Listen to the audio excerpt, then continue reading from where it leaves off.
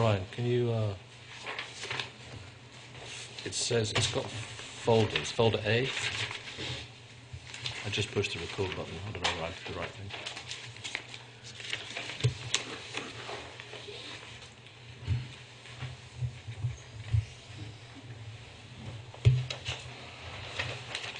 Okay, call the Development Review Board meeting of February the 22nd to order.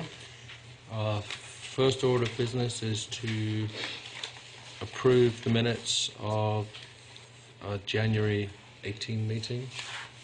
A motion to approve the minutes of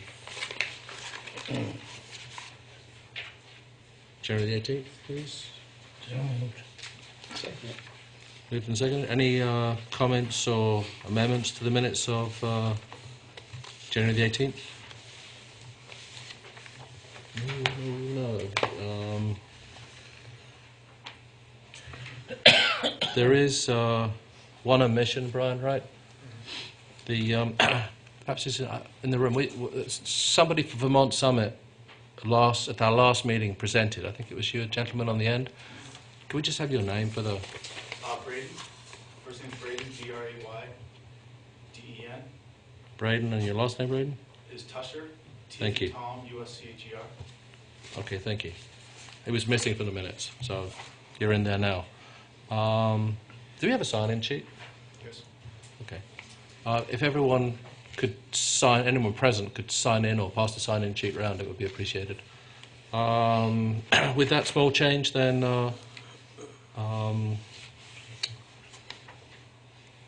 we're looking for a vote on the minutes of Jan 18. All those in favour? Aye. On the end, Steve? Steve. In favour? Yes.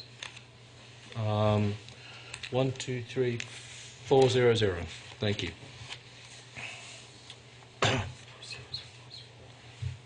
The 1, 2, is that right? Where? 4, 4 0.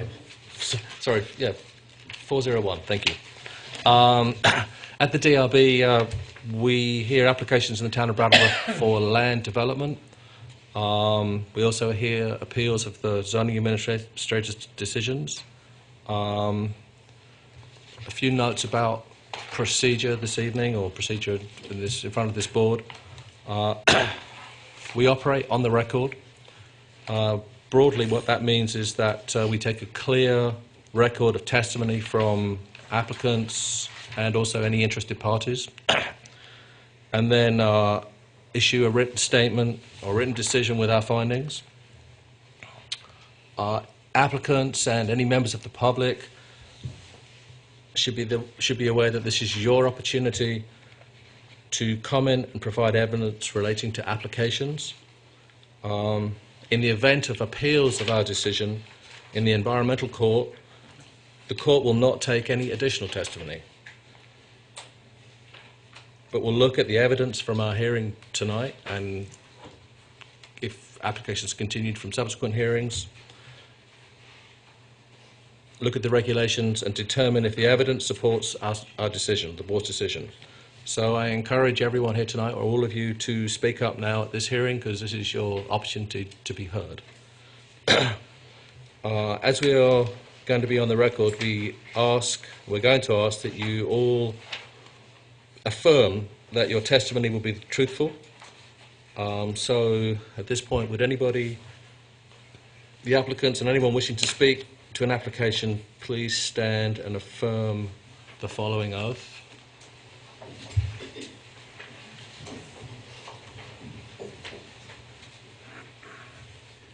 I hereby affirm that the evidence I give in the cause under consideration shall be the whole truth and nothing but the truth, under the pains and penalties of perjury. I do. Thank you very much.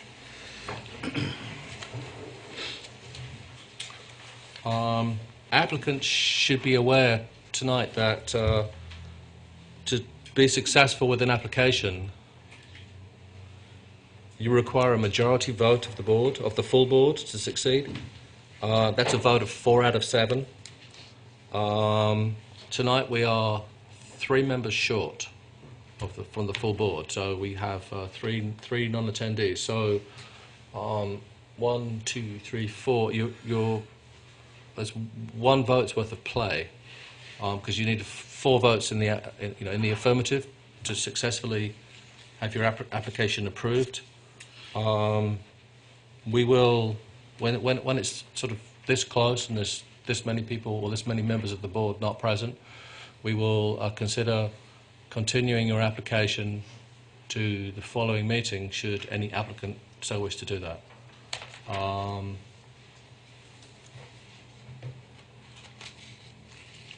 If there's anybody right now that wants to indicate that they would prefer to sit in front of a full board, then think about it for a minute and let me know.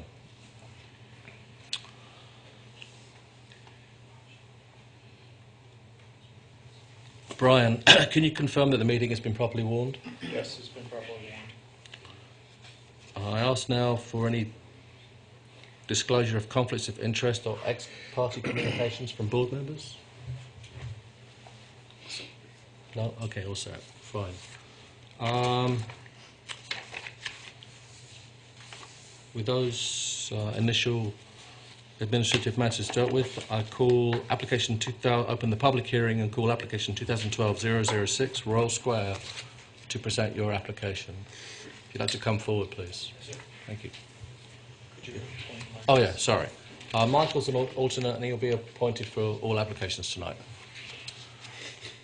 Can we Yeah, we can turn them around. pull back a little bit Sure and thing. turn a little bit so... There's a, Turn facing you. no, there's a camera. No, a little bit more so the camera can pick Yeah, it up if you- and the...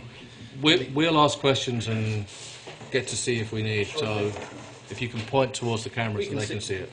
A little bit more in our direction. That's good. Now we can see everybody who's going Camera? to be at the table as well, too. Yeah, please take a seat at the table if you like. Tell us about your application. Good evening. Thank you very much for having us. My name is Joe Molle. It's M-O-L-L-E. I'm the investment officer for Unison Realty Partners. We are the ownership entity of Royal Square LLC, Royal Square Shopping Center here in Brattleboro, Vermont. Before we get into our application, I'd like to, by way of background, provide a little bit of color on who we are, what we do, and why we're here this evening.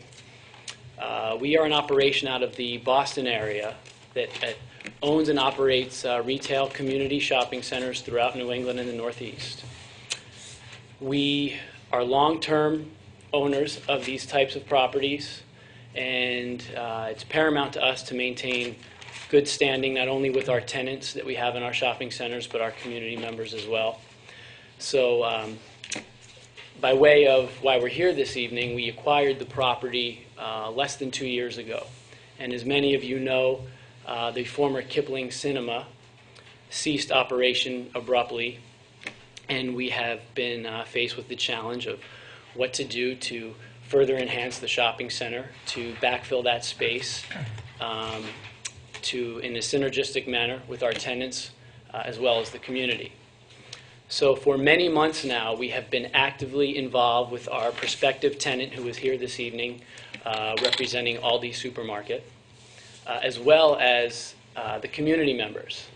We have met with the town several times, and going on since summertime, we are excited to present a site plan for your approval that we believe not only remedies the vacancy that we have at the Royal Square Shopping Center, but enhances the property in many regards, not only for our fellow retailers, but the community as well. So that being said, and with that introduction, I'd like to turn the presentation and application over to our head engineer, Mr. Len Cubelis, who has been spearheading our engineering and permitting efforts, if you will. And I'm sure following our presentation, we'd be happy to address any questions that you may have. So thank you very much for having us. Thanks, Joe. Good evening. If you don't mind, I'll stand because I want to be referring to the board.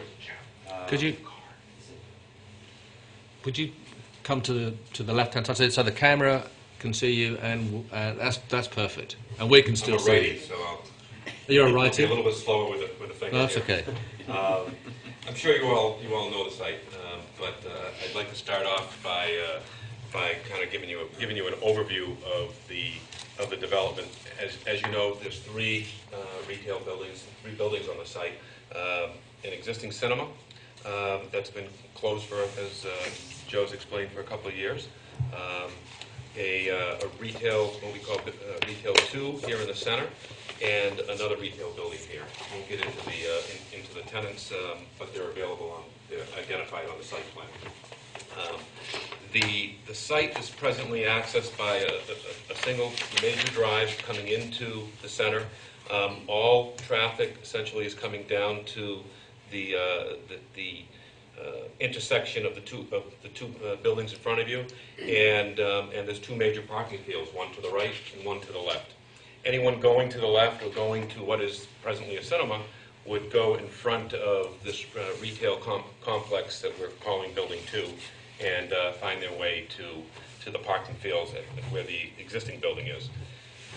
The site is accessed through that signalized intersection, and also as you're coming in, you can make a quick right into the field to the right, or as I said, any traffic coming in to the buildings 1 and 2 would come in front of the retail complex. Anyone leaving from this section has the opportunity to make a right-hand turn out of the center. So our focus this evening is on the site that is now contains a cinema, and essentially is the redevelopment of that particular site. As you know, we have all these food market that's interested in the site, would like to be located here, and our job was to look at how we could fit their program into this particular site. Our first step was to look to see if the existing building would work. Is there any way to reuse the footprint or some of the walls that were there?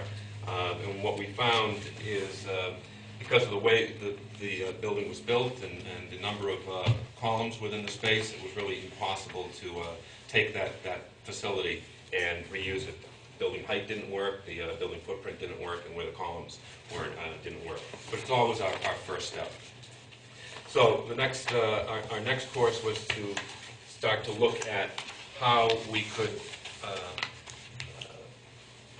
manipulate the site, redesign the site so that not only would the footprint work in here, but the use could be consistent with town zoning, with town ordinances, and reviewing the master plan to see what the master plan for Putney Road, what kinds of things could we do that would at least acknowledge that there's a master plan there, and if we could take steps towards achieving some of those goals.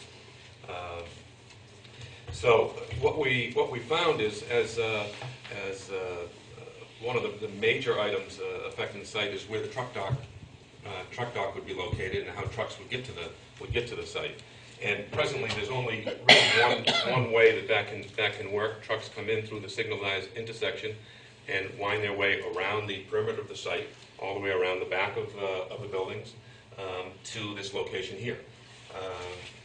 And in doing that, we really identified the fact that we needed to maintain a single loop for trucks all around the site and back out. It really identified the need to locate the truck access in the rear of the site in order to allow a truck to pull up, back in, and then be able to back out and around the site. So that was one element that was, I'll say, a constraint. The other is looking at the parking fields, and for a retail use, particularly a grocer, there's a fair amount of activity with carts, and you really don't want to have customers having to go in between parked vehicles with their carts in order to unload. So it was very important for us, for safety purposes and for access purposes, to turn the parking field 90 degrees. So the parking that is presently runs this way, turn that 90 degrees so that people could come in, park within the major aisles, and then be able to access the building in a straight direction. So that was kind of the second item that was most important. Then we looked at how do we locate this building. We could have tucked it back a little bit further in the site and probably got a little bit more parking over here, but in looking at your goals, and we understood that you'd like to not have parking in the front of the building, you'd like to have it all in the back. What we did is take steps to move it as far forward as we could, eliminated what is approximately, I think right now there's about 45 spaces in front of the existing cinema. We were able to reduce that significantly. I'll check my notes, but I believe it was by about 20 vehicles. So we moved it forward as much as possible, but we found that we couldn't move it all the way because the only other place to put those spaces is in the back of the building, and in the back of the building was our truck dock access. And obviously you don't want to bring carts all the way around the back. Just wouldn't be something that would work. So we felt that this was a good effort to meet all the town ordinances and bylaws, take a step towards at least moving the building forward. We've moved it forward by about 40 feet overall from where the cinema sits, and it provides safe access, parking access for all these customers. The other thing that we observed in addressing the site was the traffic that's coming in. There would certainly be a lot more day traffic coming into the site and coming in front of the retail to get to Aldi's. And Bob Vanassis here from Vanassis and Associates, we asked him to take a look at traffic patterns within the site and see if there was some way to modify the amount of trips coming in front of these retail stores. So what we looked at is, based on the trip counts, we could shorten the median a little bit and allow a left-hand turn in, which greatly reduces the amount of trips coming in front of that retail complex, and frankly brings them directly into the site to where they're going, to the Aldi's facilities. So we saw safety improvements by reducing the number of trips coming through here. In addition to that, we looked at the landscaping and recognizing that at a minimum we wanted a net zero loss in the greenscape. Make sure that there were at least as many trees, bushes, and shrubs as what exists today. And we found that by locating some of the new islands in the landscaping within this new parking field, we could add a lot more definition. Right now it's a wide open field and it's just striped.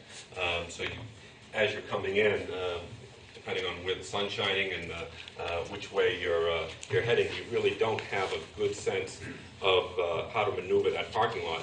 And by locating some new islands, we'd be able to identify the parking fields and really create a much safer parking configuration. So from a traffic standpoint, the analysis identified that traffic generation would not be degraded in any manner coming off of the Putney Road. That it would be safer within the overall parking field, provide safe access to the new building, and one of the other items that was very important to Sue Fillion, your planner, was the notion of reducing the overall number of parking spaces within the overall complex. And actually, I want to distribute a new parking analysis. There's a spreadsheet here along with a couple of site plans. What we found in the analysis that you had been provided earlier, we had taken the original parking counts off of an Alta survey. The Alta survey was about 10 years old for the center, and there had been some parking that had been added to that survey, some striping that had been added to the survey that didn't appear on the, that was added up in the field, that it did not appear on the Alta survey.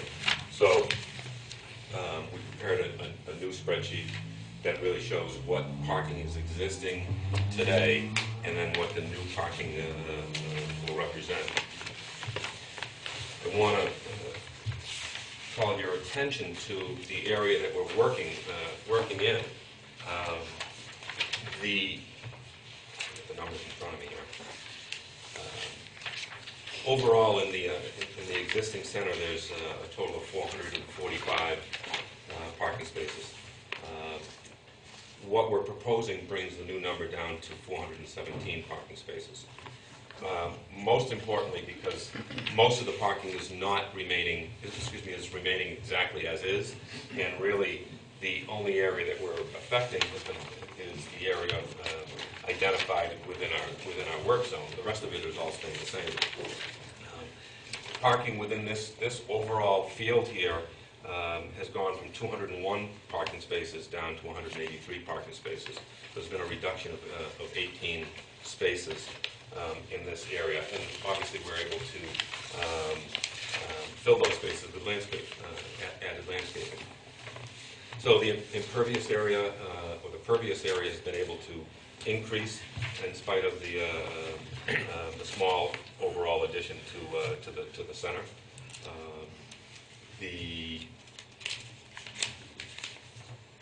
What else do we have here?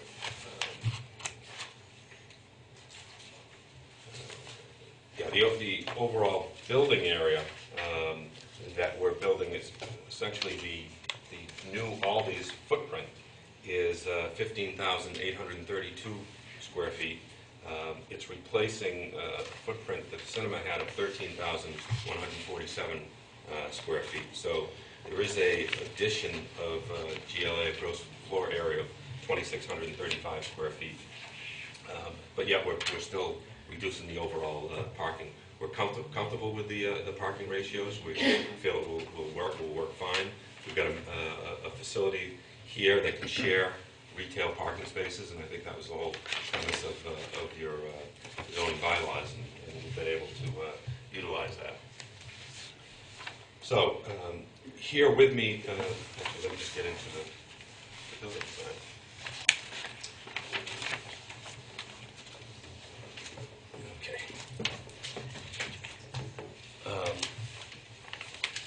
As I said, the building footprint is 15,832 square feet. The entrance is up closest to the street. It is identified by a raised entryway, if you will. The entryway is got two brick pilasters. It's interrupted by an overhang that wraps the corner. So people coming out of the store can wait if they are being picked up. There's two pickup zones on both sides, and there's significant glass at the entry, and so we think we're able to take a bow towards the street and the activity along the street, so that the building and the entrance can be clearly identified. All four sides are masonry brick, and it's full brick. It's not face brick or a thin veneer. And then we've got some accents with lighting that would occur along the perimeter of the building. With me tonight is Bob Vanass from Vanass Associates and Kevin Warden from Engineering Ventures. So if you have any questions regarding traffic or some of the engineering documentation that's been provided, they're here to answer any questions, and of course, anything that I can do. Okay. Thank you. Thank you. Feel free, Spoon. Well, I'm suggesting we're going to talk about in the next. We're going to have questions in the next 5 minutes about parking circulation, the look of the building, snow removal, fitting and meeting the master plan, what consideration you've given to the fact that the Putney Road may end up with a rotary on the southern end of your building at some point in the future. It's certainly in a traffic plan, and circulation within the site. Certainly those are my points, and landscaping that come up. And so I'm going to let Spoon pose a question to you because he put his hand up first, but I have some questions for clarification on Actually, I those think issues. I was going to ask which side faced the front. I guess it has to be the first or the third. This is the elevation that would face the The street, yeah, yeah. Was And- there anything that didn't actually too relevant to the zoning codes, but was there any thought that perhaps something of interest could be done with that wall? This wall, Yeah, that faces the street. it's a, we design and build a lot of food stores, and that question has come up once or twice. As you know, when you go into a food store, the perimeter is lined with shelving and display cases. So on the inside, when we go and try and put glass on the exterior wall, it interrupts the ability to put cases and shelving along that perimeter for the food store operator to operate it the way it's most efficient. There are things that we could do with the exterior facade, namely to add some pilasters, some relief along that facade, usually where the column line is. Relief, that's a good word. Yeah. So it would break it would break that facade a little bit. The this town doesn't. I'll speak broadly and simply. This town doesn't like blocks, or box stores or that type of. We appreciate the fact that this is a brick facade. It certainly looks of a high quality. It certainly isn't, cast concrete. And you've clearly made some effort to make this building attractive in some way. But to break up that facade by providing, we're not asking for windows, but providing some kind of false or let's even call it non-functional structure there would significantly help. Yeah. So it just doesn't look like one flat attractive wall for the first person with the spray can to come along and cover it. Len, if I can interrupt, Steve, Sure. with all the Director of Real Estate. You can come if you want to come forward to the table. It'll be fine. Yeah. We are willing, if that's something Sure. that can help out the cause here, we are willing to add the brick pilasters, and we've done it on a couple other instances, and basically where you can kind of see these control joints here Yeah. along the wall. We're willing to do it on the front wall here and the side wall. Add the pilasters basically approximately every 30 feet, and they stick out about 2 feet, and they really do a nice job to help break up the wall, and we definitely be willing to do that to help. Okay. Is there any other treatments that you've done in other structures that might be of interest here, apart from The only other pilasters? thing that I could think of would potentially be a soldier course with like a running brick the opposite direction somewhere along there. That would probably be the only other thing that we'd be willing to consider. Our goal as a company is to be a no frills Yep. food market, and our goal is to keep our costs down so we can pass along those cost savings. Sure. What we typically tell our customers is you can save 50% on your groceries at our store.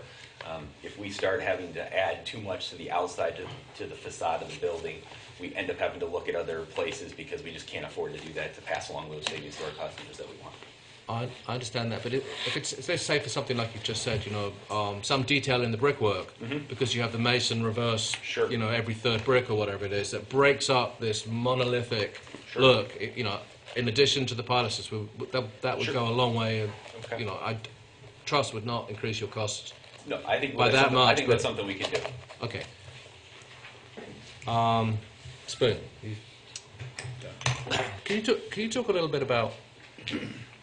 It seems to me, and maybe I'm wrong, the circulation plan for the trucks I think is fine. You're going in on the left, put round behind the rear of Staples. You're at that lower level, which is suitable, to create a dock and all the rest of it, and then out again. And I believe the fire chief has reviewed it from the standpoint of fire safety, and Yes. they would make. I saw a plan in here. Yeah, They would we make a provide similar. turning radiuses. Yeah, that looks fine. From the standpoint of this plaza, and I'll talk personally for a second now, the parking or the rotational circulation on this site leaves a lot to be desired. It's very difficult if you're going to the building one or the stores on the right-hand side. It's not quite clear how you get there because if you don't take that first turn where the trucks would go, then suddenly you're stuck in down the end and then you're turning back on yourself. And likewise, if you were going to the cinemas, which were there before, you have this funny kind of go back 270 degrees. Right. Now, I appreciate that you've suggested that there's a left-hand turn as you come in across into the parking block in front of your supermarket. I'm kind of interested in terms of how you think that'll work. I mean, there's the main ground sign sits right at that entrance. So that is going to be past that ground sign. You're going to put a cut across the median? We're going to shorten the median. And Shorten it. Okay, because it doesn't go all the way, right? it goes past, presently it goes past the existing right-hand turnout. So we're going to shorten the median. Which map are you on there? Which picture? I'm looking at C1.3.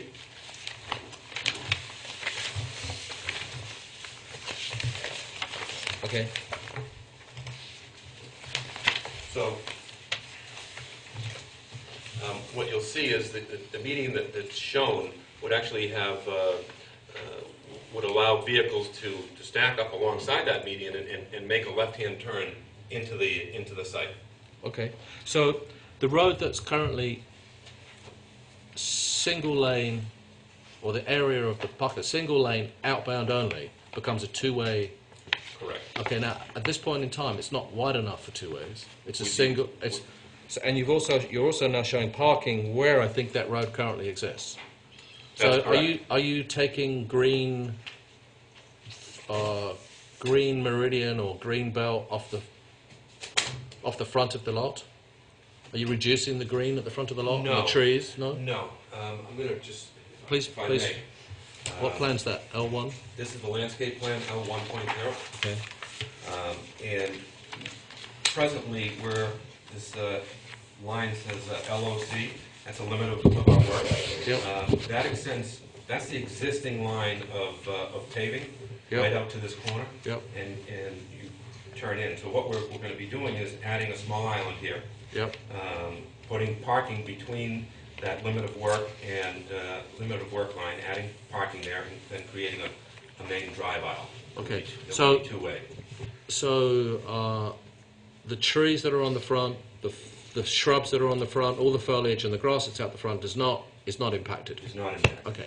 So my next question would be then, as that's a single lane road and now you have 18 foot of parking plus a lane, presumably you're moving the islands or removing the islands that were on the other side. That's correct, and we're removing them and creating some new islands in here. Okay. The little building that's there, which I believe is a bank tower of some sort, is that moving too? It's moving just slightly. It's moving back by about a parking space or two. Okay, so that's being upped and moved. That's right. Got it. What is the width of those two lanes that will come in? These lanes here, Yeah, what's the width I of believe It's that? about 20 feet. 24 feet. Yeah. Just looking at the scale. Oh, okay. So, do you foresee? So someone coming in. Here's what I foresee as being a problem, and perhaps your traffic engineer can speak to it. So, you have a successful supermarket. People are turning up there all the time. We have a signalised intersection here, and there are people leaving your supermarket. And that now coming in from Putney Road onto this site to go to your supermarket or to any of the other stores there, we're going to have people that are not going to want to go straight down. They're going to want to turn left, but it's going to be blocked because there's people leaving. How do you propose? I mean, there's what, 2 cars or maybe 3 cars worth of stack at the junction there People leaving here would be able to leave freely with a right-hand turn. with the light up, with the light. Yeah, but let's just say that we're sitting, the light's red, and Sorry. we're turning right, coming off Putney Road into this junction, and then we want to get over to your supermarket. I would leave that to Bob and ask. Okay, He'd be a lot We'll- more comfortable responding to that. we'll have if you'd like to address that. I guess my question is, you have one row of parking, and then you have this new double lane. My question may have been, or my suggestion may have been, the further back you move that, the more the junction can stack with people exiting before it's impinged. This line here, or That entrance this entrance here. there, yeah. What we wanted to be cautious of, considerate of, is the fact that this group of buildings has its own parking field.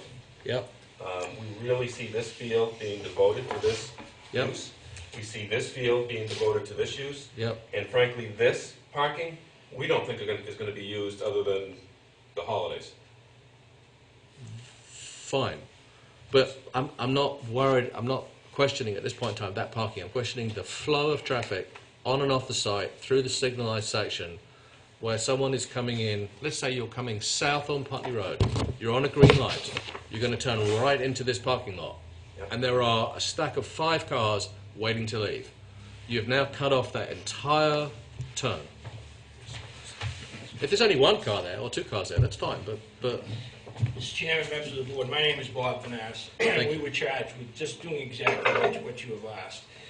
We looked, first of all, I think the genesis of this is important, because as you know now, at that intersection, it's somewhat confusing at the front, and when you go back towards the Staples intersection, it's very confusing. I saw people going the wrong way on the left side of the aisle. It's just, it's very confusing. Left turning nowhere down a transverse aisle. It's just, we can make it safer and better. So we looked at 3 things.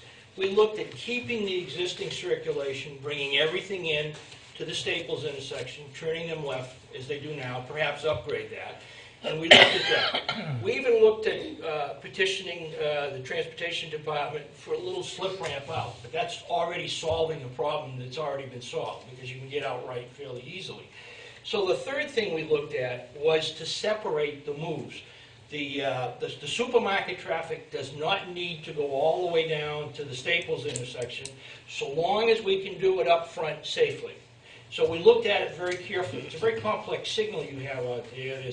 There's 3 to 5 phases. The main line stays on up for 2 minutes.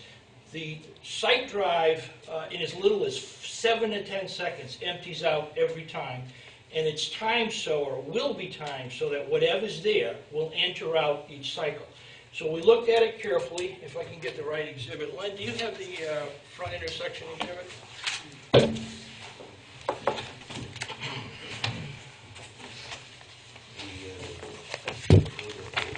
No, the front intersection. The site plan was the front intersection. Here it is, right here. So what we looked at is to make sure... which plan are you on now? I'm sorry? Which plan? Give me a number. This is C1.0. Okay, thank you. So we looked very carefully to make sure that where we locate... Why isn't this working? I always have another one. We looked at where we make the median cut here, so it's far enough in. And it's 125 feet in from the center line. It's a little less than 100 from the curved line extended. So we can store up to 4 automobiles waiting to turn left. It's wide enough so that if people are stopped beside the island, they can go around them. It's about 24, 26 feet in there, so there's sufficient room. If we have to make that even wider, we will. But we've timed it, we've looked at it, we've counted the cars. There's 90 or so cars in the store peak hour that don't need to come down. That's about an average arrival rate of 1.5 per minute. So it will work with the 4-car storage in here. And the outbound side, there's a left turn and straight through lane, and there's a free right turn lane. So you get all the right turns out of there. And that left turn and the straight through, most of it's left, clear every cycle. So there might be, when a car comes up to turn left, there might be a temporary blockage, but that will clean out every single time. So we still have to touch base with the Department of Transportation on this, but clearly it can be done correctly and it can be done safely, and we feel this does offer the best by separating the flows. So you don't have the 90 vehicles per hour that come in and turn left all the way down to the Staples intersection. We have proposed some additional improvements at that intersection to make it a little clearer, but I think we can do this successfully. We have all the timings and the data and the counts to prove it. We've taken it out. I think you have the published report we did. We've taken it out to 2017, 2018. We can get it to work. So it clearly is new. People are going to have to learn to come in and take a left sooner than later, but we feel it certainly can work safely and better. I personally think it's a vast improvement on what is there before. What I'm questioning, the only thing I'm questioning is if this plaza succeeds commercially and you get more than 4 vehicles stacked up there on a light change, then the left-hand turn is unavailable. Well, or maybe you get drive around and swing back on the back of the left, depending on how the vehicles stack up. And I think you're absolutely right, but I think two things will happen that's going to meter to that. The left turn lane into the center, the northbound left turn lane existing. I watched that for 3 hours tonight, and I've watched it a lot. It meters itself. It's not a huge number. It's less than 60 an hour. It meters itself. So what gets into this left turn lane, to some degree, 40, almost 50% of the cars that go in there, because it's about 50-50 from the north and the south, are going to be metered because of the left turn signal. That left turn signal is very short. Even for 3 or 4 cars, it's only 7 to 10 seconds. So it's going to be a self-metering effect into that left turn lane. So long as we have enough storage, and if it starts to where they can't fit in, they can certainly go around. I mean, we were concerned about this initially because we're making a significant change, and I know the Department of Transportation, AOT, will not let us back up into the state highway. That is state highway, as you know, there. So that's the most critical thing. We cannot and will not back up into the state highway or back up into the signal. So we looked at that very carefully. We took the queues, we took the average queue, the 95th percentile queue. This outbound cleans out every cycle. We don't have a problem. So, however many cars are there, that's the time you'll get. Just clarify what you said to me. So if I'm going northbound on Putney Road, Right. and I'm turning left into the, let's call it the Staples Center for a second, at that Okay. intersection, it's a 7-second left-hand arrow? The minimum is about 7 seconds, but I've never seen anything in there more than 2 or 3 per cycle. So every signal change, and I've watched it a lot, and we've counted it. We've counted it for 3 hours on a Friday evening and a Saturday midday. I've never seen a lot of cars in there. In fact, that left turn, as we talk, I'll get it. It's, as I remember, it is not a significant number. I'll have to put it, it's in the book, but it's not a significant number. The intersection works at level of service A and B now. There's plenty of excess capacity. I don't think there's any argument about that. It works pretty well. There's enough lanes, there's a bike lane, and everything seems to work together well. So I don't think we'll be overtaxing anything. And I think it will clean it up. It'll clean up the site a little bit. Not a little bit, I think a lot more. A lot better than it is now, number one. And number two, we have to ensure that we won't back up into the highway, and I think we can do that successfully.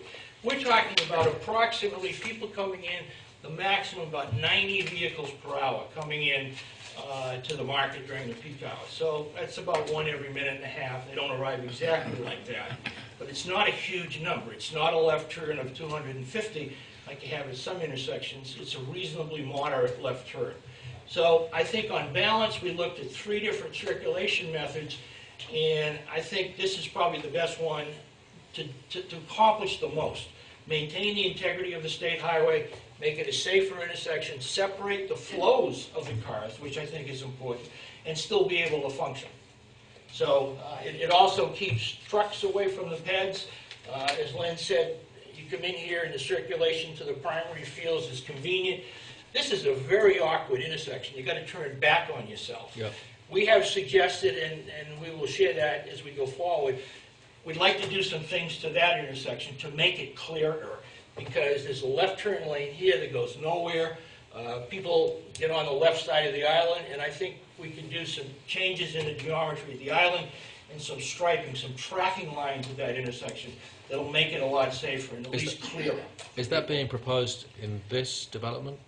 Yes, Fixing that Yes. so that's correct. So shortening the front median and making the left turn in there, as well as down directly in front of between buildings Correct. 1 and 2. Yep, That will be attended to at the same that's part time. of it, correct. Will there be?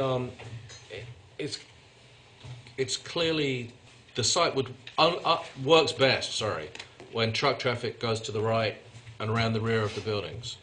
Is there any I can't remember. Is there any indication now there that drives truck traffic to the right, or do we expect that trucks know that that's the way to go? Or Presently, trucks cannot go left when they access the site because it's a one correct. directional. What prevents trucks going down to the malfunction If they're any sort of loading truck with any trailer, they cannot be physically incapable of making that turn? At that condition, right? Presently, correct.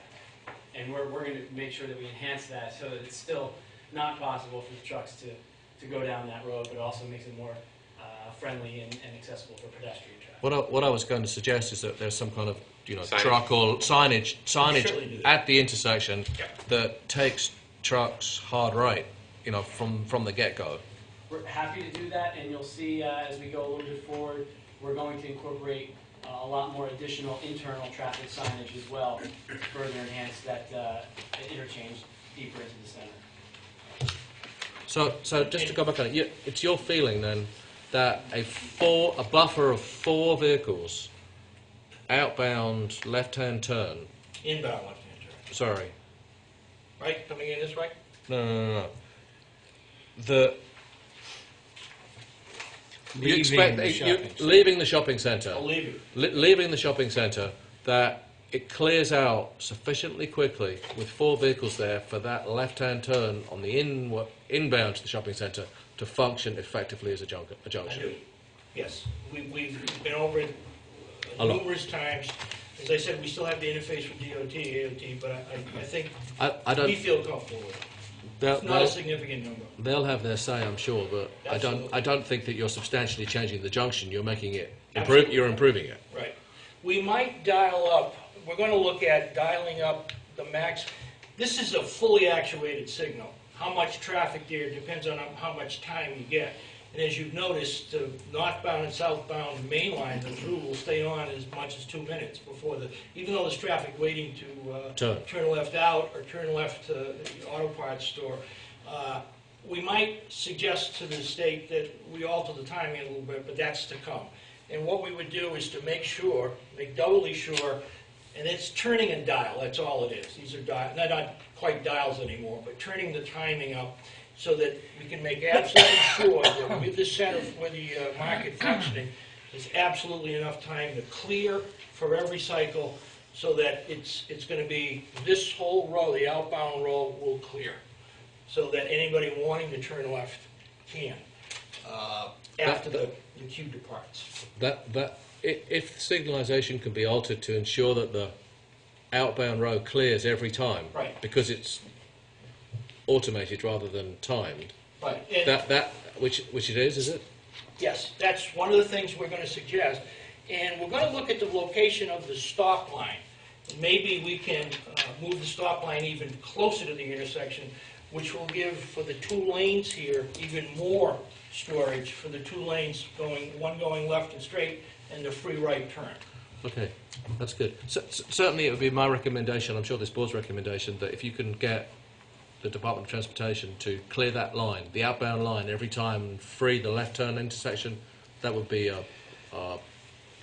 lead to an even more efficient junction. Absolutely. Based on the numbers we have, I think we can certainly do that.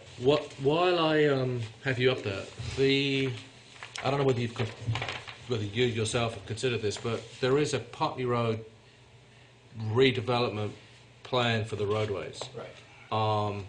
And certainly we ensure that applicants are aware of what the state is potentially proposing in that corridor. And that has caused some applications before this board in the past to be altered to accommodate the future, whenever that might come. One of the things that's occurring here is that directly on the southern end of your site, in front of right there, with the gas station and the auto parts store opposite you, there is a rotary proposed. I'm sure you've seen it. I encourage you to speak with the state, because that rotary, my understanding is it's proposed as a 4-direction, left, right, up, north and south.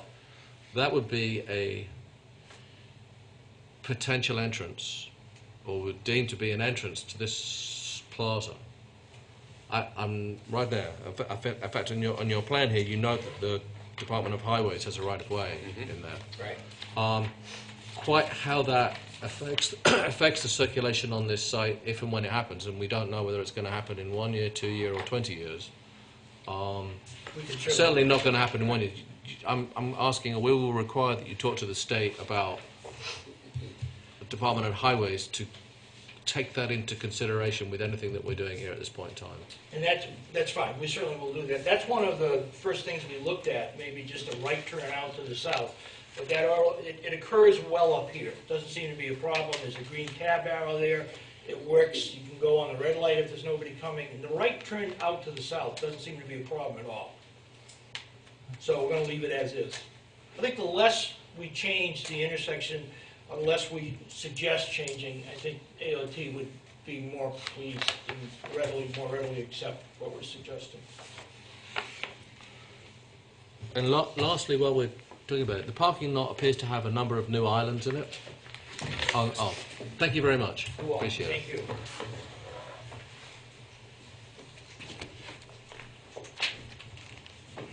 Yeah, if we just take a look, so circulation within the site for the let's say the adjacent stores, you've got islands that are sort of blocking the parking or delineating the parking for the supermarket. These islands exist as someone comes in. These are new islands, a new island here. The island where the ATM is modified just slightly, and then we have 3 new islands here delineating the major rows of parking. So it gives some edges to the parking aisles. Okay. And the green dots on those islands, I don't see the. Well, I do see the plan. They designate trees or shrubs Trees, of some sort. bushes, and shrubs, yes. Do you have a plan for snow removal on this site? Do you know what happens with snow removal? We have a significant area in the back here where we can stage the snow. But ordinarily, I think what's happening right now is it's being removed. Removed or pushed to the southern boundary, I think. But I think my point here is that the cinema had, certain times when it showed films of the existing site. You're going to have a much more from, whatever it is, 6, 7 in the morning when you open, 8 in the morning when you open through to 8 at night. You're going to have a much more constant flow of traffic. So somehow, somewhere, you've got to push snow in the winter. Yeah. Well, we have areas that we can push it back along this property line. We do see all of this parking here is really being staff parking that we'd be able to move around and modify that during when it's being used for snow storage. So we think we have all of that area. While we're talking about parking, handicap parking has gone to where? Which sheet's that on? 'Cause It is located on this landscape plan, and it's just outside of main entrance in this area here. Let me see if there's a better plan. and then you have parking on the front face? Yeah, okay, I've got it. So we have 2 spaces located here. We do have 7 other spaces here that we may be able to. The 7 on the front face, right? Any of those handicapped? They're not identified that way now. We could certainly locate them there. I might make the suggestion that you look at I neglected to also say one we of have- those 2 spaces there. Yep. The fire department's reviewed this circulation plan and they're happy with it? Yes, I believe. the only comments, they wanted us to show a turning radius Yep. for fire trucks, and for ladder trucks, I should say, and we've added that to the package. And I believe there was also a recent comment from the fire department that they'd like us to consider adding one more hydrant closer to the ATM machine. So we're certainly willing to accommodate that. Are they requiring that the lane adjacent to the building is as marked as a fire lane? No parking, Yes. fire lane? They've asked us to make all of this fire Yeah. lane, which we've accommodated, and in the front of the building also, it's identified as a fire lane. A fire lane, yeah. Okay.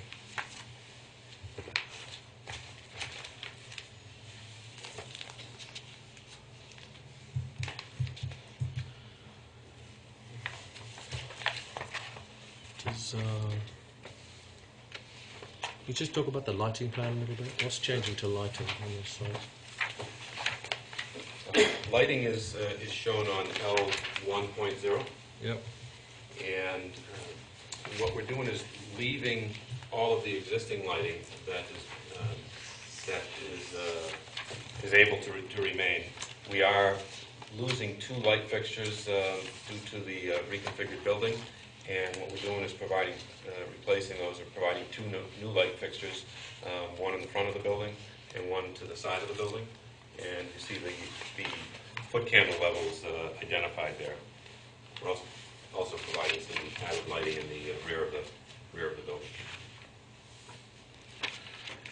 The lights on the side of the building, there's downlighting on the side of the building, is it? Yeah, That's the fixture that's sighted here, is it? LED area light? These are the parking lot lighting. What type of lighting is going on the edge of the building? Do you know? We included a copy of it's a wall sconce or a wall pack. It just has to be downlighting, that's all. Yes, it really is just meant for, it's not spraying out towards the property.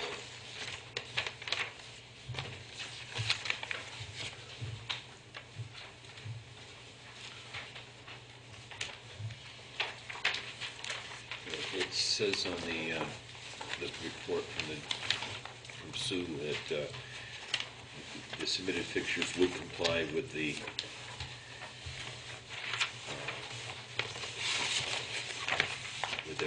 their cut sheet, would comply with the fixtures and the sheeting. They're encouraged by section 4350 of the zoning ordinance. It did comply? It does Okay. comply. Does comply, okay.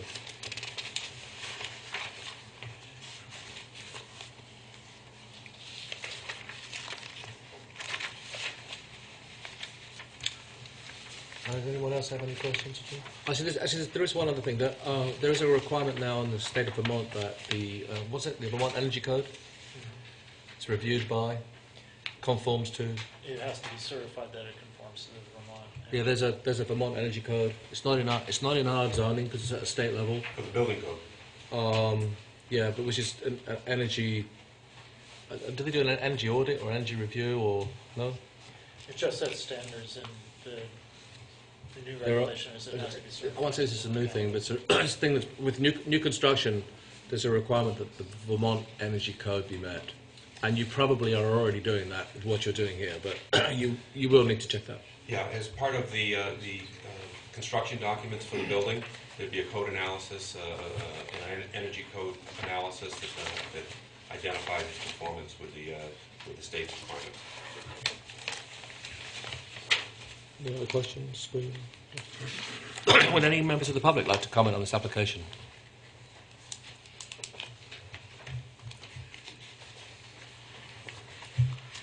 Gets easier.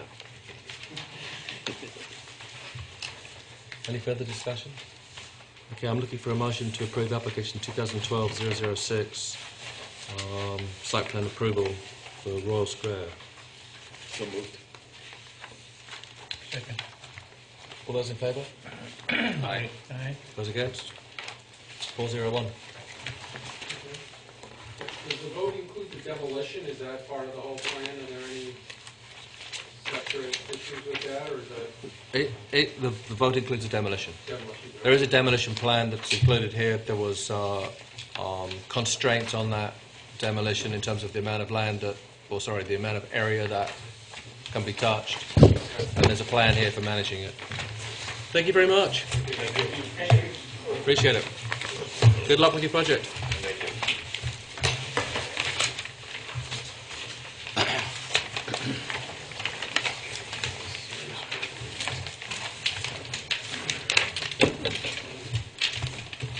Okay, Whetstone Station, application 2011-225.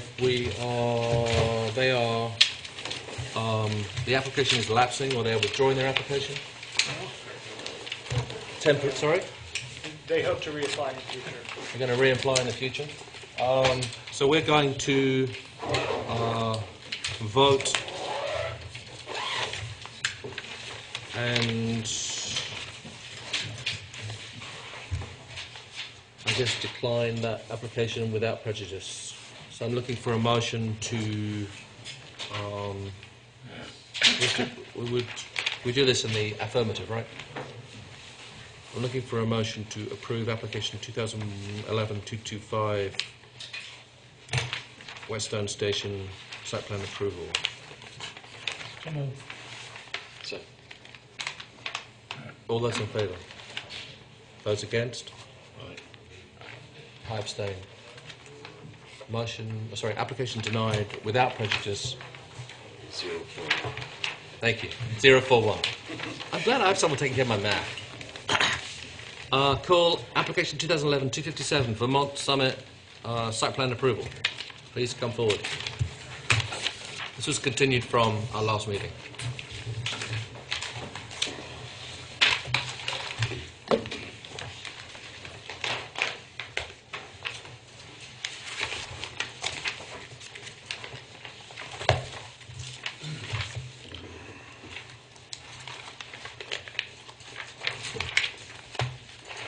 Have you got that middle one inside out?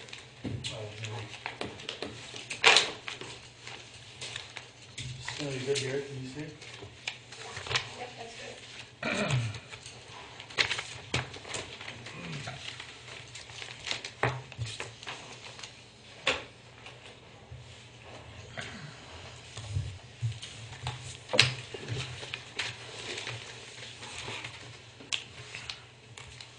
Okay, I think you need to turn a little bit towards the camera. Yeah, that's better.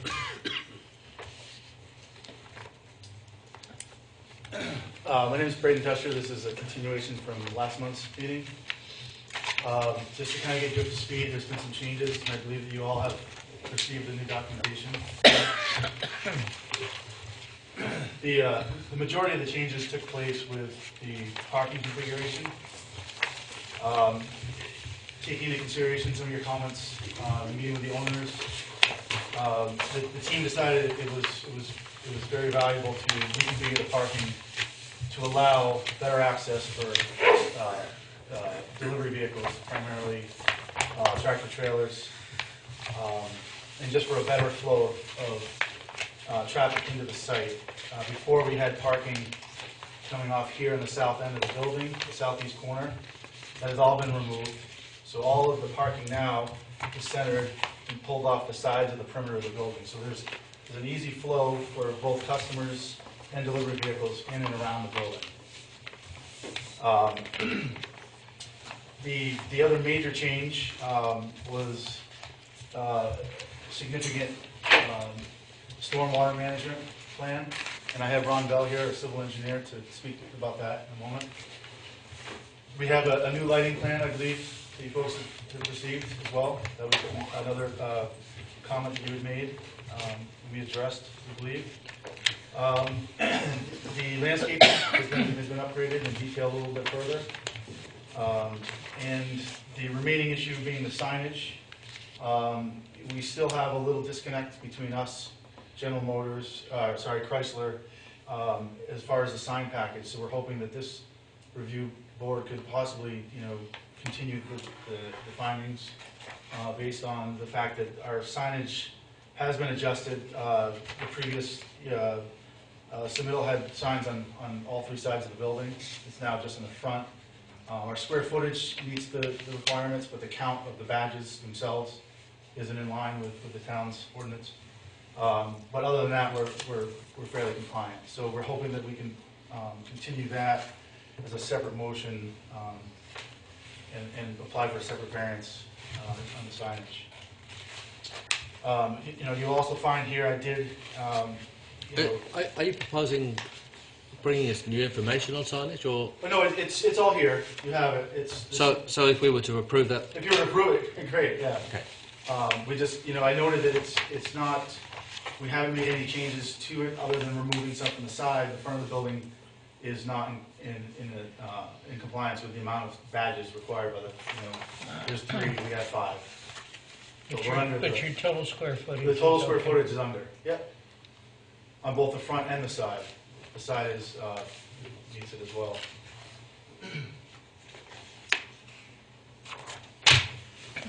So essentially what we've done, as you can see, is, the major issue was, I think, traffic flow. Not quite as complicated as the previous applicant, but there was kind of a bottleneck. There is a bottleneck with the existing building as it is now. What we're proposing is to extend the pavement here in the front out to widen this intersection here. So this corridor here can now be accessed by both customers coming in, heading north on Route 5 can turn in and find their customer parking easy enough. They can also take a right, but the hope is that most of the customers are going to come here and park here and use either this entrance or this entrance here. So we open that up considerably. And I showed a little graphic here as far as turning radiuses for an emergency vehicle to get in and out of the site cleanly, whereas before, with parking here, it wasn't feasible. And with the pavement as it stands now, this radius was too tight. So what we're proposing here is to cut this back to allow a wider intersection here. To address the flow even further, one of the points we spoke about at the last meeting was, and I believe it was brought up by you, Sarah, that the access of a tractor trailer. It was as maximum possible as the building stands today, and what we were proposing before just wasn't feasible. It's still a little difficult. He can get in easy enough. He's got a nice direct shot. He can get in. He can clear this corner and clear this. He's got to reverse, back up, come in, and then he can pull out of the site. If he goes southbound, he will block up some traffic. If he goes northbound, there's no real disruption. So those were the major points that we addressed. We also added, per the town plan, a sidewalk along parallel to Route 5 with a curb extension here and a striped crosswalk for pedestrians to get into our front entrance. We have, there's some down-legged bollards on either side of the path to illuminate that as well. Is that sidewalk? That's the line that's here on the drawing. Yes. So Just that's right up to the town pavement, or to Yes. the state. It is. So it's right adjacent to the street. Yes. Okay. And that runs, You didn't move the curb cut? No, curb cut is Curb not, cut's fixed. So, but what you did is you straightened out the access by moving rearranging the parking, by rear, which is a great improvement. Thank you. Yes, the curb cut remains as is. We just made it so that a customer doesn't have to, it's not confusing when you get in. You don't have to take a Okay. left or right in and then figure out where quickly to go. You can do one straight Yep, shot. it's very clear. And then the road in front of the building. Mhm. I have it, but I can't remember. We had parking in front of that, did we? In that road, we had discussed the narrowness of that road or the adequacy of that road. That's now full 30 feet, it looks like, or 32 feet, Yes, there will be no parking in this. right in front of the building. Correct. The only parking will be on, on either side, but it's called out as customer parking only. We'll have a sign designating that. So there won't be any inventory storage there. It'll just be customer parking here and here, these two banks. So the building moved over. They Did got it? rid of these here. Okay, got it. Thank you. And essentially, our objective too was to allow access in and out of the site by customers without relying on the right of way. On the right of way to the north, the To the Cocoa north. Plum exit. Right. I mean, it's there and it's still usable, but we didn't want to rely on that as a primary for both emergency deliveries or customers. It's not. We don't want to lean on that heavily. So the major point of entry and exit to the site is where the major curb cut is, right off. Route Okay, 5. perfect.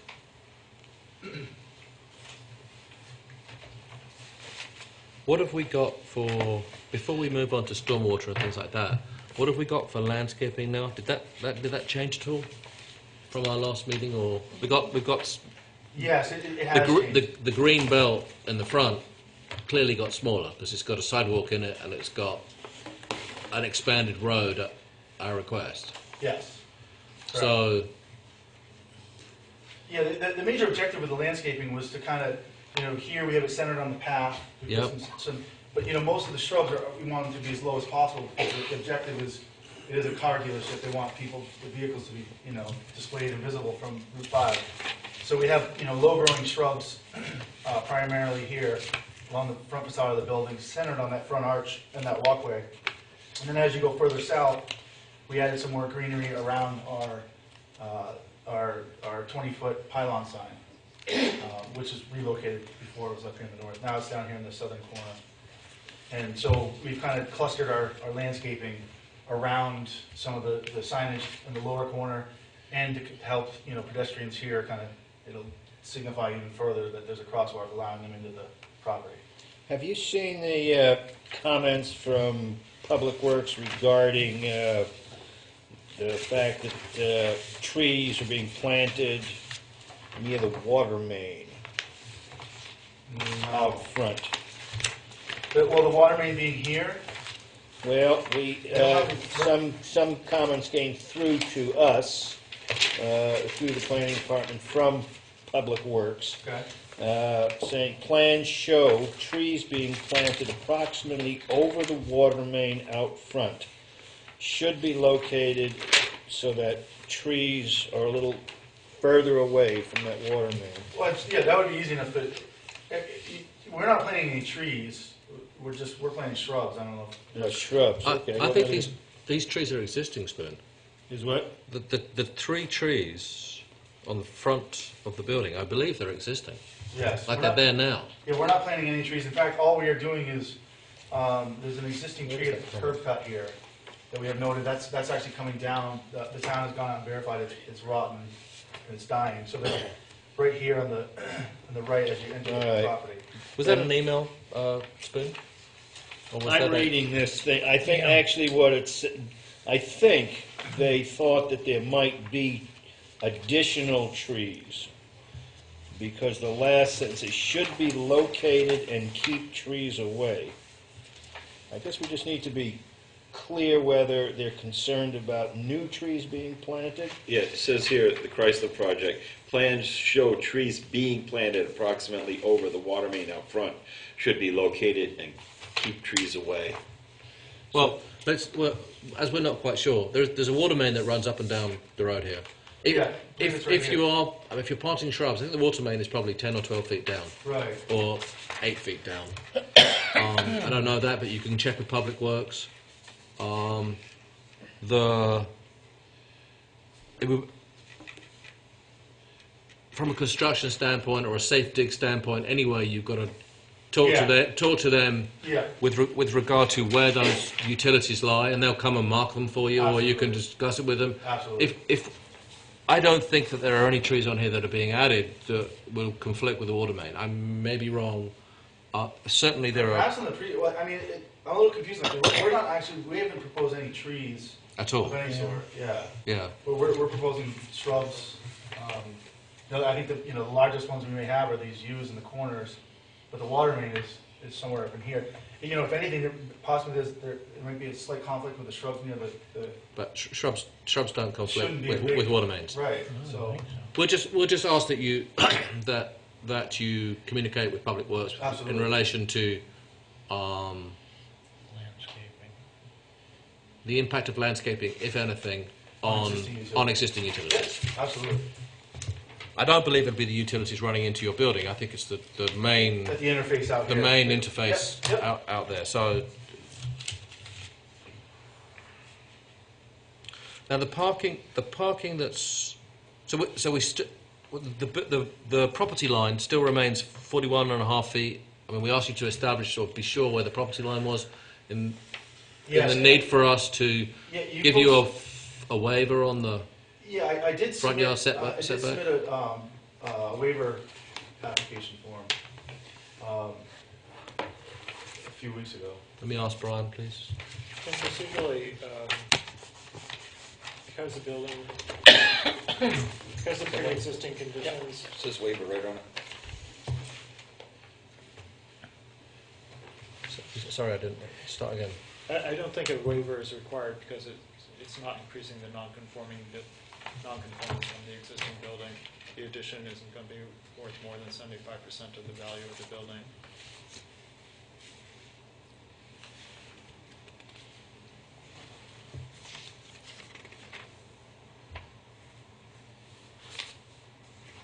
So the new building didn't come further out? The new building came further out, but there's a... from the existing? Is that what you're saying? Sorry, you've lost me. There's a slight 2-foot increase to the front here, that front entrance. It's not heated space. It's actually going to be an open entry, but it does. I submitted a Yep. response to the waiver application form, W4, I think. I have a copy of my responses here anyhow. So Brian, is it your position that as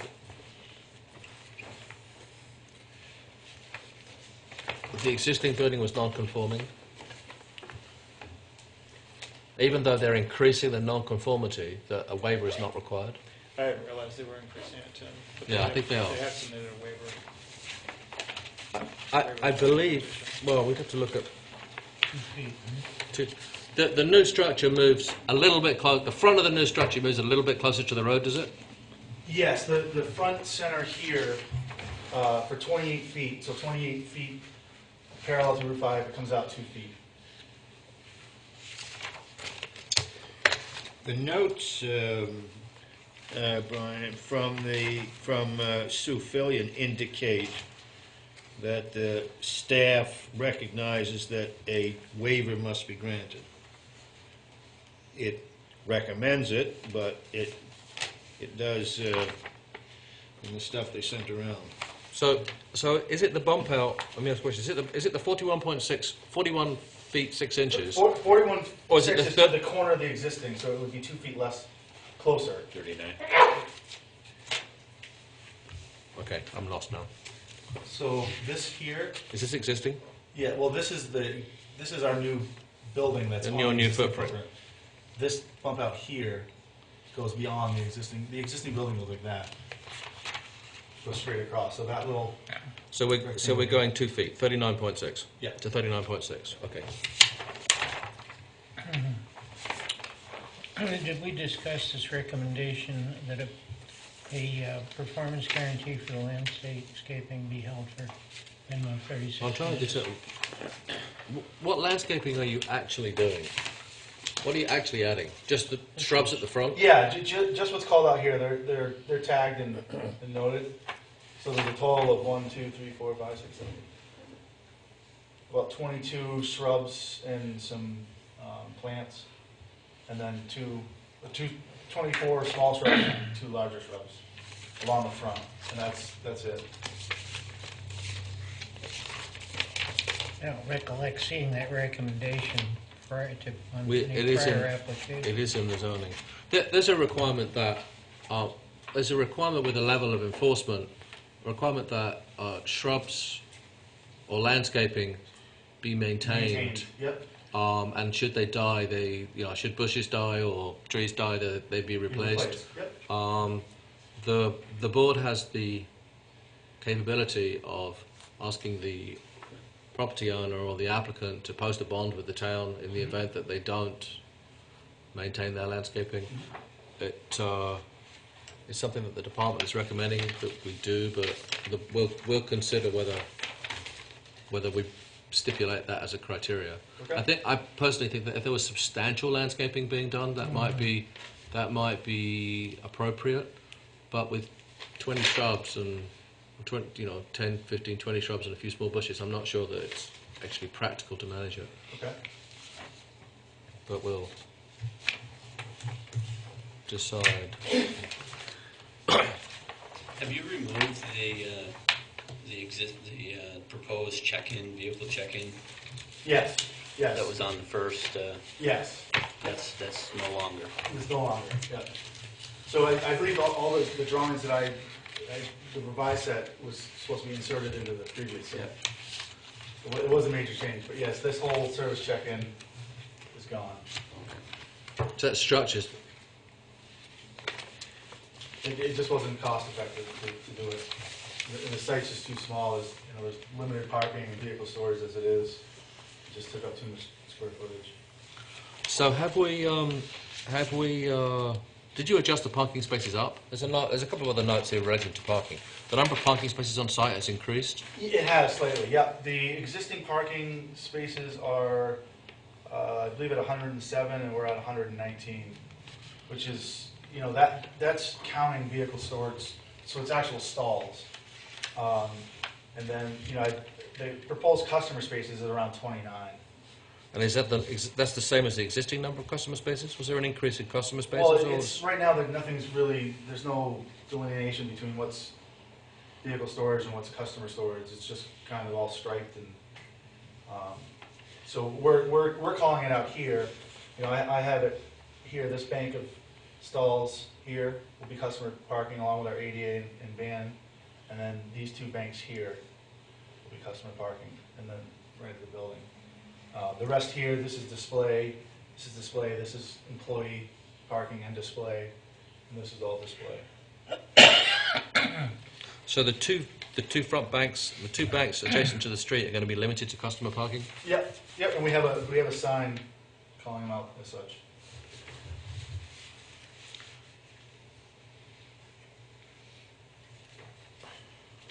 Brian, if I may ask, how does this parking computation calculation work?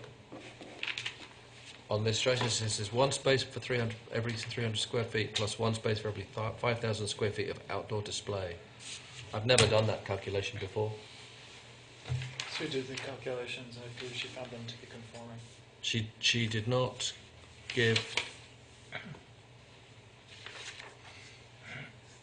She stated that it was increasing from 107 to 119, but she did not give a recommendation as to what it should be.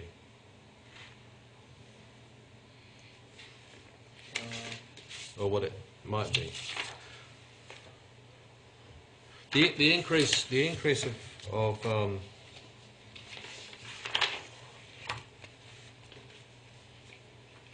whatever it is, 12, 13 spaces, is that required, or it's just that you have the blacktop so you can use it? Yeah, I mean, the previous application, we actually had more, but our detention bonds took it. Yeah, you know, obviously the intent is to get as many vehicles on the site as possible. You know, they're expecting a high turnover rate of sales if, you know, everything goes well. So as many cars as we can get on the site as possible while still maintaining a functional site was the objective. So your inventory would be about how many vehicles? As many as, you know, I mean, right now, we're looking at, you know, north of 90 or so, depending on the fluctuation. You know, I mean, we've called out, you know, these things here as customer parking, because, you know, a lot of this is you know, the customers are going to come in, they're going to have you know, their service parking here. So some of this may be, you know, overnight parking, a few day parking. That's a customer spot that could potentially be used as a display spot as the need arises. So they're somewhat interchangeable.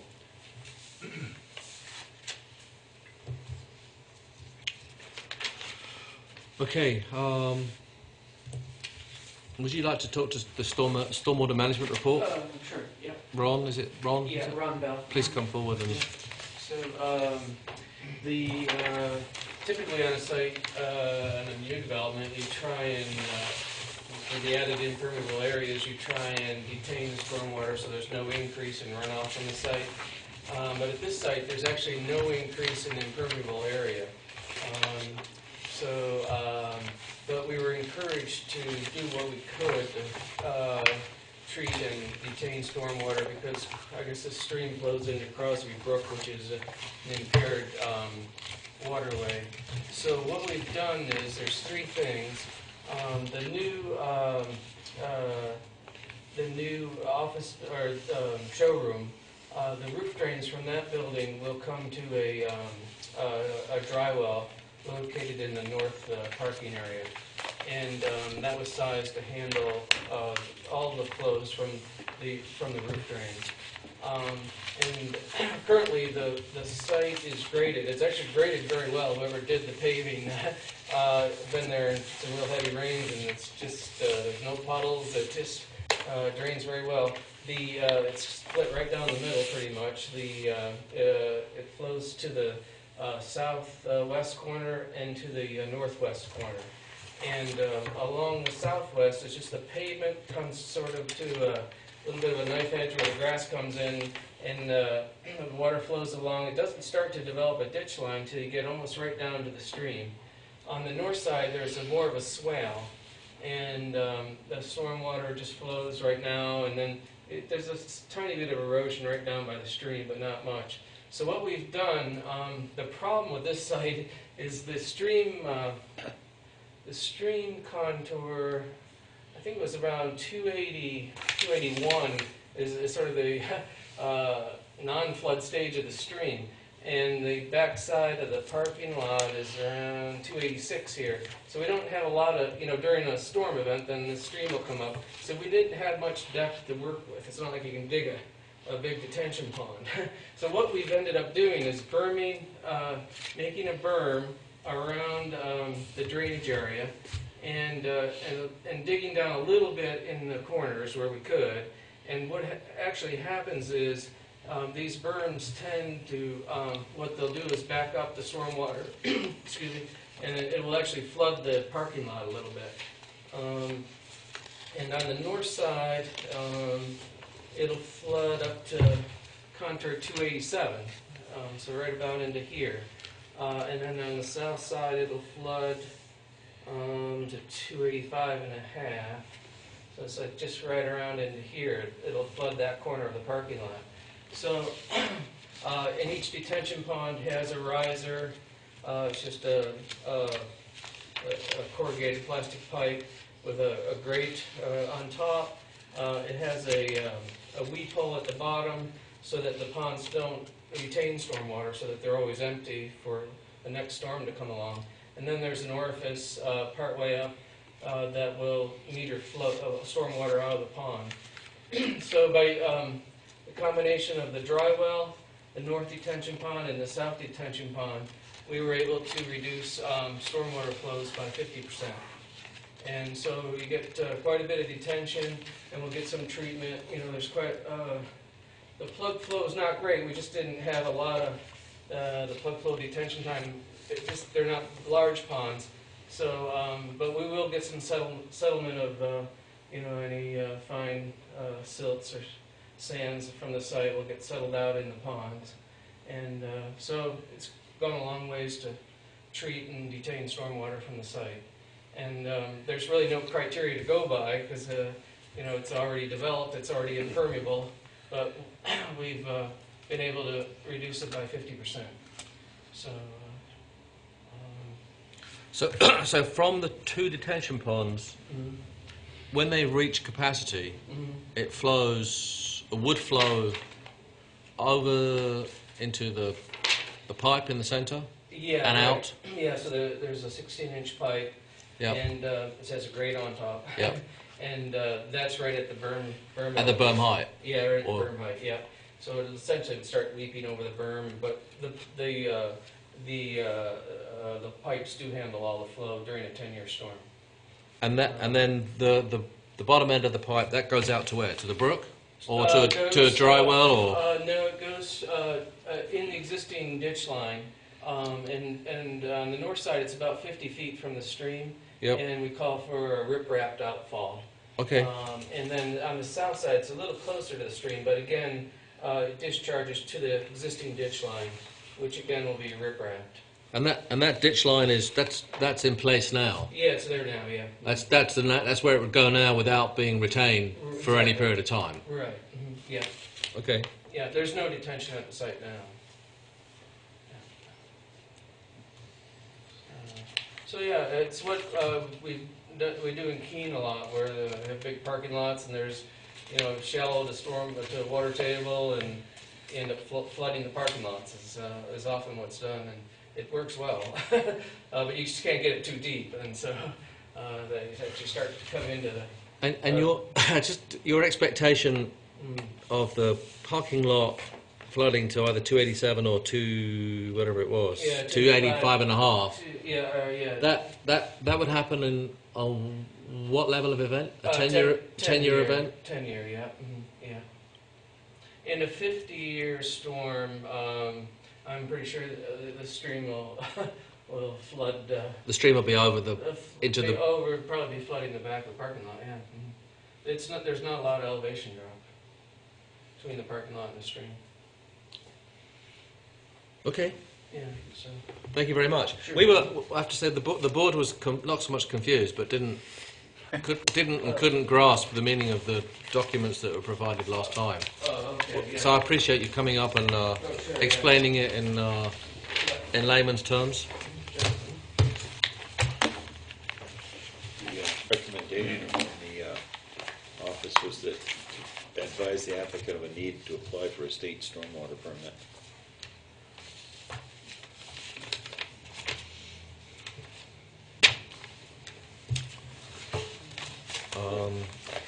What's the size of the lot? I don't know, but that's... The minimum for a state stormwater permit, if there's an acre of disturbance, and so we don't... You don't, yeah. You know, it's probably quarter of an acre less, yeah. So it's a 1 acre threshold, and typically though, before you really start to get into a stormwater plan, it's more than 2 acres. You know, they talk about the erodibility of the soils and the slopes. Here it's a flat site. They're non-erodible soils.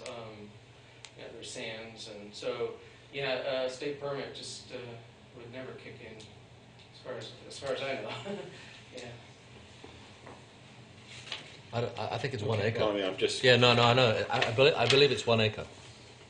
It used to be 5, and they went down to 1. I think it's 1. Yeah.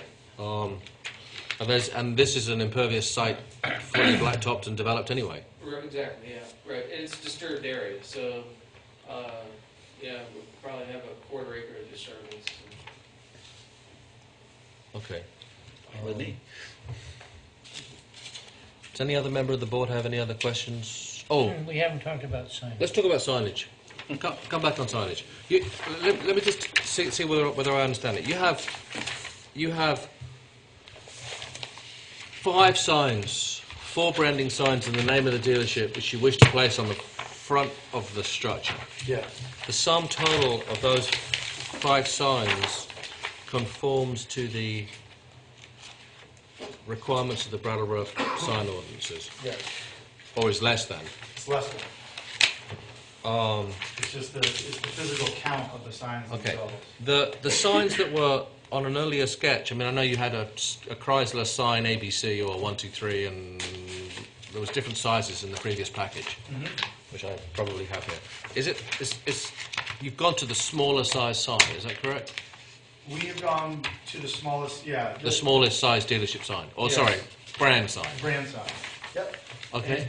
And we actually resized the dealer sign as well. That came down, did it, over the Yeah. previous package? Slightly. Okay. So looking at this plan, assuming that the numbers on here are the correct ones, I've got the front signage at 83.4 square feet. The front signage? Yeah, the sum total of the Yes, 5 signs For the is 5 signs. 83.4. Right, so the number I have here at 138.9, that includes our 20-foot pylon sign and the dealer sign. So, because we have, here we have a 20-foot pylon sign that's called out here at 53.5 square feet of signage. Okay. What about and then you have signs on the service bays, or just one sign? Just one sign on the south side. And the south side sign is It's slightly over the I believe it's 11 square feet or 12 square feet for side signage. We're at 14.7.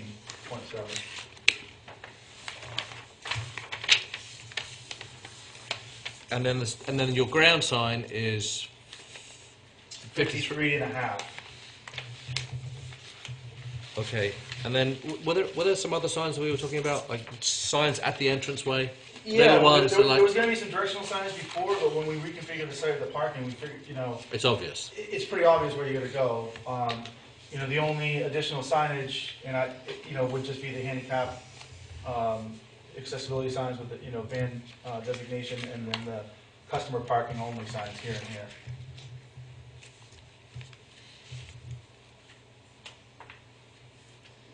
in the previous application, of course, there was the badges that we wanted to put on all sides of the building. but- Brian, can you remind me what the total square footage 2.5 times the frontage. with a maximum of? 128.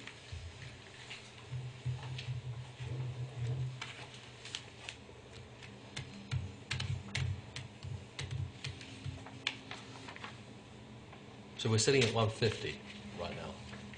Would that be Is that correct? including the If I take the 53.5 and the 83.4 and the 14.2 of the service bay sign, it's at Okay, yeah. 150. yeah. And the total signage is total permitted signage is 128. For single use, yes. For a single use. So does the service bay, is that counted as a separate use? Side entrance signs don't usually count towards the total.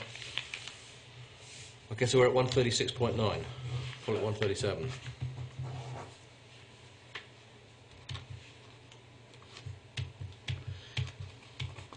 The ground sign is an existing sign? No.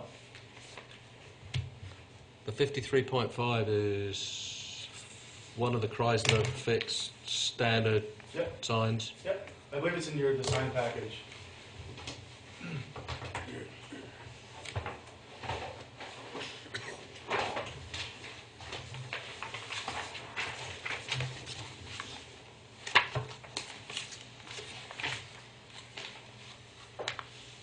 This guy? Yep.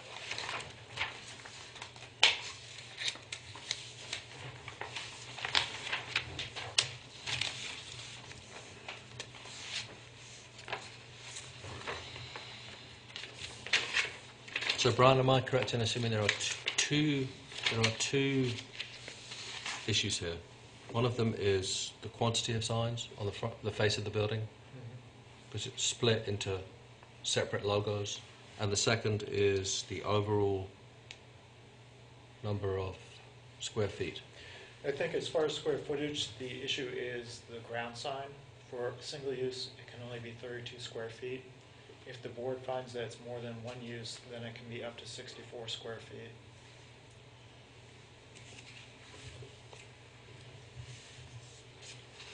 Give me the two numbers again. 64 and what? 32 square feet for a single use.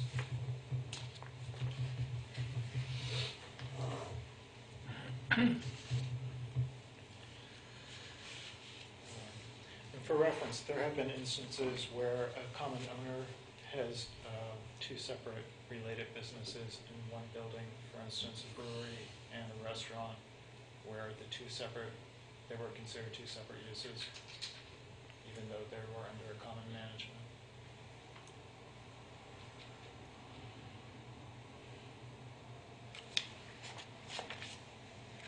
The sale of separate brands of vehicle, though, by the same sales operation, would seem to be a single use. Yeah, I guess the I would use. say, Do you want to step forward to the mic? I would Yeah, say that just your name, please. Christian McCauley, Yeah. I would say it's multiple use because each franchise is a different business in itself. You can have a Chevy store, you can have a GMC store, or you can have a Dodge store, a Jeep store. They're all actually individual stores, and they're all individually licensed and by the manufacturer. Just because you have a Jeep store doesn't mean you have a Dodge store or a Chrysler store. They're actually four different stores. And I can sell, if I wanted to sell the Jeep portion of the store, that's a separate franchise and a separate business, the Jeep business, that I can sell to another dealer if I so chose. Okay, thank you. And you have the separation, there's automobile sales and service. So, the service center is essentially a separate business in itself. But we're not, with the exception of the smaller service bay sign. We're trying to get a square foot we can. Yeah, no, I understand. With the exception of the service bay sign, the the primary, which is a side sign, potentially the primary issue is the quantity of the individual signs, and also the fact that whether or not a ground sign sits at 32 for a single use or 64 for multiple uses. If we determine, or should we determine, that Chrysler, Dodge, Jeep, Ram are 4 separate franchises in the same building, then potentially 64 square feet is permissible as a ground sign. Okay. And you're at 53.5. Is there a smaller sign that could go outside? No. Well, on the signage note, I proposed to Chrysler that we go back and do a cabinet sign, which would combine 2 of the logos into one sign, and they wouldn't go for it. So, the owners are really getting a lot of pressure from Chrysler to adhere to the aesthetic principles that they've set forth for all the dealerships across the country. So, in a sense, by that I mean, here I have 4 separate badges, one above the window, one below the window.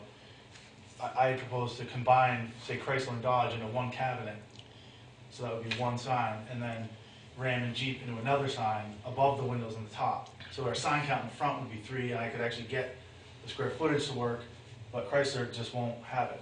So that's kind of what I noted on this new application, that if the signage thing becomes an issue, we're hoping that the site plan review isn't held up for that issue. Yep. Brian, just remind me so that I've got a correct understanding of this. The front wall sign is capped at 128? It's capped at 96 square feet. At 96. Okay. The ground sign is 32 for a single use or 64 for multiple uses. Yes, that's right. And the total permissible for multiple uses would be 96 plus 64, which is 160. Yes. The signs on the front of the building are not internally lit, or are they? They are. They are internally lit. Yep. Okay. Spoon. I'm having a little trouble conceiving of this as 4 different stores. Anymore, I'm thinking, downtown we have a large store, Sam's Outfitters, and he has a contract with Levi's to sell Levi's. He has a contract with Carhartt, and he has a contract with North Face. He has one store. Nobody can really, he could get rid of any one of those contracts and lines. But I'm having a little trouble. I also having trouble believing that Chrysler would not want to sell cars here because 2 of their brand signs are a little too close together for their taste.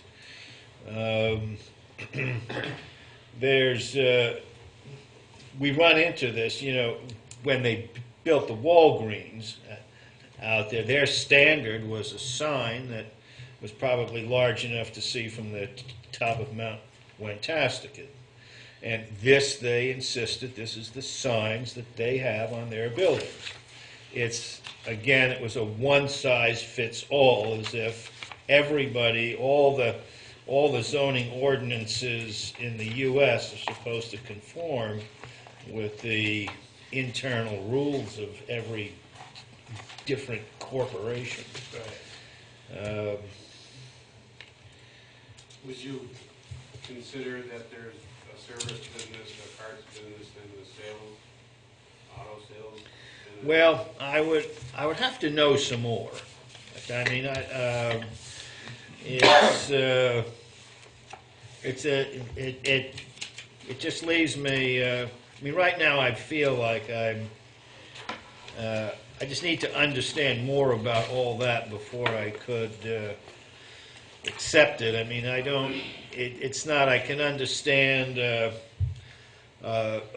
place we have. Cotton Mill Hill, which very clearly has a whole array of very separate businesses with different owners, each and every one of them. There are some places, large spaces, perhaps like a flea market, where they sell every booth space or something. I don't know how this all compares. This is running into this idea of a car dealership asserting that every different brand it sells is another distinct business is new to me. Sorry, let me, one second. Let me, I'll come back to you. But let me, from the standpoint of the front of the structure, I think, well, I'm encouraged that the applicant has come back with a modified plan reducing the size of the signs to some 10 feet or, is it 96? Some 10 or 12 feet less than is the maximum, and has appropriately scaled it to the building. How far exactly out of conformity are we? We're not. We're over it. We're under it. The front. The thing that's out of conformity is the quantity. It's the fact that we've taken one sign that's 96 square feet and we've split it into 5 littler ones that are actually 83 square feet. Yeah.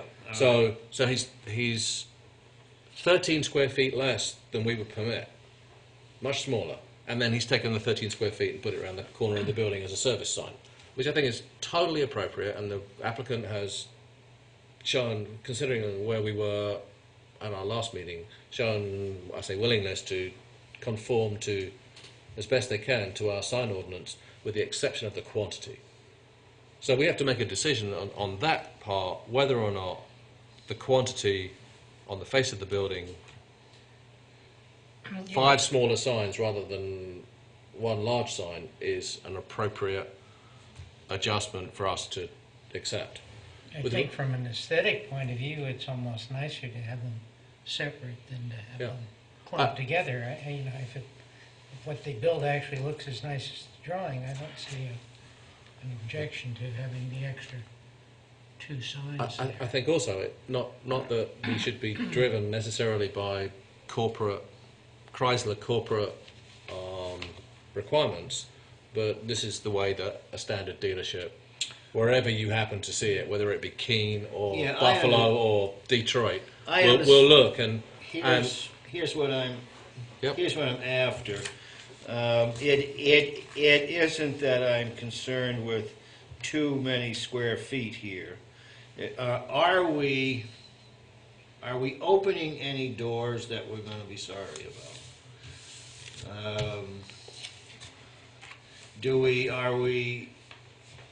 Can we say that we could allow this, but can we imagine a circumstance where someone could say, well, I have something very much like this, and so I should have this too? Have we, if we're not putting our code at risk of being exploited, I'm okay with this. I don't think we necessarily set a precedent when we grant somebody a variance that everybody in the future is going to be entitled to that same variance. So we're looking at this as a variance. Having 5 signs instead of 3? Yeah, I would think it would be. Well, the way it's, whatever. Yeah. I mean, I have more trouble with the pylon sign. That's the issue on this one. These look, aesthetically pleasant. The pylon sign, I think, make it a little Well, much. what's the chair's feeling about what I just said? We opening any I don't think so, doors? because we under 4530 we have signs not defined as an opportunity. So signs not prohibited or provided for elsewhere in this bylaw may be permitted upon approval of the board after a public hearing if the board finds that such a sign is in the public interest and is not detrimental to surrounding properties. I would contend that this is an area of town where we have multiple car dealerships. It's a commercial district. It's a commercial district. It's car district. And car this type of signage is not detrimental to surrounding properties. It conforms. It looks pretty good. I think the issue for us here is, do we have we have a ground sign that's sitting at, and the signs they're proposing conform in size. They're not. They're 13 feet under the size. So now we have to determine whether the pylon or the ground sign at 53.5 feet should be 32 as a single use or 64 as multiple uses. Okay, I won't pursue my line any further. I'm okay with it. The ground Let's sign look at too? the ground sign. The ground sign? Is that what's at issue now? Well, I've moved on to the ground sign. I've made the case. I think that the signage on the front of the building is appropriate for this board to decide that it is not detrimental to surrounding properties, and it is a sign that's not provided for elsewhere in our zoning, or a method of signing not provided for elsewhere. The ground sign, however, I mean, we've got 32 square foot limitation for a single business, and they're at 53.5 or 54 or whatever. I may speak on behalf. Yeah, please, just quick, come up, yeah. Hi, my name is Martin. Thank you for your time. Hi. In an automobile dealership such as this, you're operating 3 separate businesses. You can have a car sales business without service. You can have a service business without parts. We're operating a service business, a parts business, and a sales operation out of this facility. So it's essentially a 3 different business being operated out of the building, especially in the separation from service and parts to sales.